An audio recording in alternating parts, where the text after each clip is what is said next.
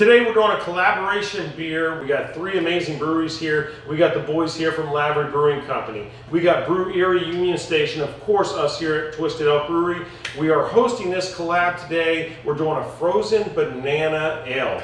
This beer is for the beer coaster event that's hosted by the Lake Erie Ale Trail. It's a fundraiser event for all of us breweries here at the Lake Erie Ale Trail. So we're doing this collab for that, and we're theming everything for this beer coaster. So this frozen banana ale is going to taste just like the frozen banana you would get here at Waldameer Park.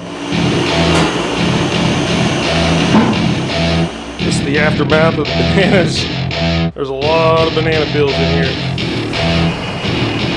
Welcome to my party, we're just getting started. A life is a dream or a nightmare scarring. Hand me a drink cause I think I'm going all in. Get me a shrink who can catch me when I'm falling. Cover up my scars.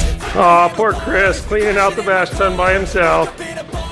So while Chris is over there cleaning out the mash tun, doing all the work, this is what the other collab boys are doing over here.